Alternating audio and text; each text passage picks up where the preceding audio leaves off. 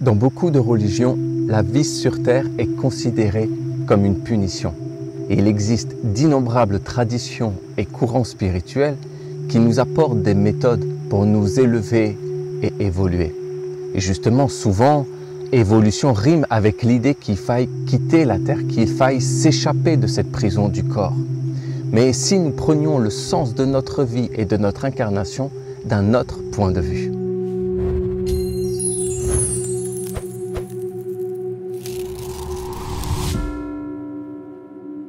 Il existe 4 élémentaires, la terre, l'eau, l'air et le feu. Ils sont des rois et des reines dans le royaume des éléments. Car des éléments, il en existe bien plus que 4. Ces 4 élémentaires sont justement eux-mêmes constitués d'autres éléments plus petits qui s'agglomèrent, se concentrent, s'assemblent entre eux et se structurent pour former la terre, l'eau, l'air et le feu. Sur notre chemin spirituel, nous cherchons à nous élever de la terre vers le feu, en passant par l'eau et l'air. C'est une bonne chose, mais avant de quitter la terre, il nous faut l'embraser. Ne voulons-nous pas laisser une trace de notre passage sur la terre? Que nous soyons religieux ou non, nous cherchons tous à laisser un souvenir de notre existence sur la terre, un héritage. Que ce soit pour notre famille ou pour l'humanité tout entière, et c'est tout à fait naturel.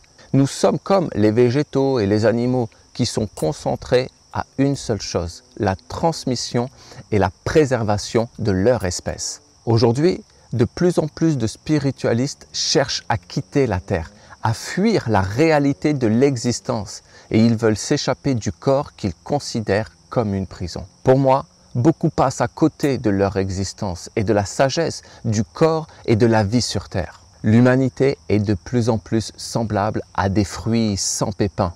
Qu'est-ce que les humains transmettent avant de partir? Beaucoup d'irrespect qui naît de notre inconscience. Soit nous dénigrons l'existence, soit nous l'exploitons. Beaucoup de spiritualistes la dénigrent et beaucoup de matérialistes l'exploitent. Dans les deux cas, il y a de moins en moins de respect. Nous ne respectons plus la vie car nous n'avons plus conscience de ce qu'est la vie dans sa globalité à la fois spirituelle et matérielle. Au mieux, la vie est un mystère biologique qui fait naître en nous un émerveillement. Mais respecter la vie, selon moi, c'est rendre la science religieuse et la religion scientifique. C'est unir la matière et l'esprit. C'est-à-dire que l'existence matérielle et l'existence spirituelle sont indissociables et que l'une ne doit pas prédominer sur l'autre. Nous ne sommes que de passage sur Terre, c'est vrai. Faisons en sorte alors de vivre bien, de vivre mieux. Soyons vertueux. La vertu est l'héritage que nous devons léguer aux générations futures. La vertu n'est pas seulement philosophique et spirituelle, elle doit être matérielle, c'est-à-dire qu'elle doit être applicable et vécue simplement, quotidiennement, jusqu'à ce qu'elle soit naturelle, qu'elle fasse partie intégrante de notre existence physique, biologique et spirituelle. C'est pour cela que l'école des archanges est une école de l'incarnation, car nous ne chercherons pas à nous évader du corps et de la vie sur Terre, mais au contraire, nous chercherons à toucher la Terre comme la graine cherche à s'enraciner dans la Terre avant de fleurir, comme l'oiseau cherche à s'appuyer sur la Terre pour prendre son envol. J'ai trop vu et entendu des enseignants spirituels ne pas appliquer les préceptes qu'ils enseignaient, ne pas même essayer de les appliquer. J'ai trop entendu et vu de masques, de faux-semblants, de double langage, de politique et de guerre dans la religion et la spiritualité. Beaucoup de religieux et de spiritualistes ont malgré eux sali la religion et ont éteint la flamme dans le cœur de beaucoup d'étudiants sincères et de chercheurs authentiques. Notre feu ne doit pas éblouir et aveugler les autres. Il doit éclairer et révéler le meilleur qui brille en eux. J'ai trop entendu et vu des Esséniens et des spiritualistes se suffire de belles paroles et de philosophie sans réussir à les vivre, si ce n'est au prix de grands efforts. Bien sûr que l'effort est inévitable, mais l'effort doit laisser la place au naturel. Si la vertu est toujours un effort après tant d'années de discipline et de travail sur soi, c'est qu'il y a un problème. La vertu doit devenir naturelle. Je lance un appel à tous les religieux et les spiritualistes. Ne cherchez plus à vous élever de la terre jusqu'au feu. retrouvez d'abord votre feu et construisez autour de lui un corps qui ne sera plus une prison pour votre âme, mais une maison, un temple où brûlera votre foyer et brillera votre idéal. Et à tous les matérialistes et les scientifiques, oui, la vie sur Terre est un trésor. Le corps est une splendeur, mais il n'y a pas que le corps, il y a aussi l'âme. Alors rallumez votre flamme, émerveillez-vous devant la beauté et le mystère de l'existence, en prenant en compte ce que l'intellect ne peut pas expliquer. Écoutez votre cœur.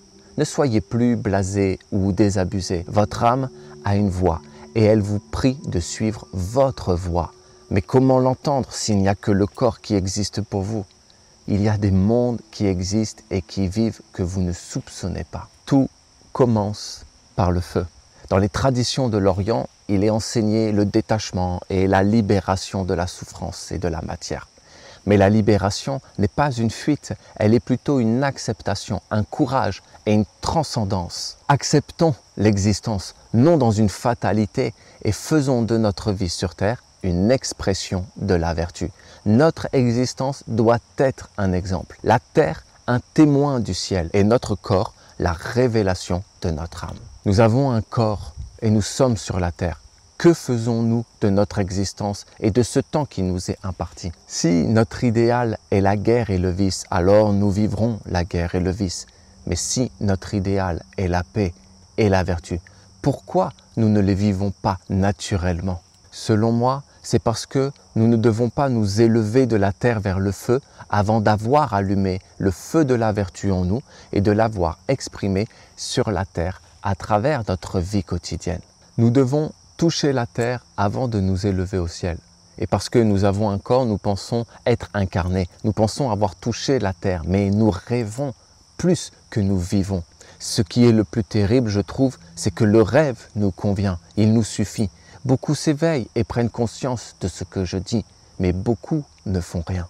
Alors, allume le feu en toi, retrouve cette étincelle et lève-toi. C'est le premier pas vers l'incarnation, la deuxième naissance. Avant l'ouverture de l'école, le 21 septembre, Tradition essénienne sera du 11 au 14 septembre en Bretagne pour un séminaire sur l'alchimie intérieure, où vous découvrirez comment travailler sur votre propre matière et apprendrez aussi à laisser la nature transformer vos épreuves et vos faiblesses en force et en sagesse. Tout le meilleur.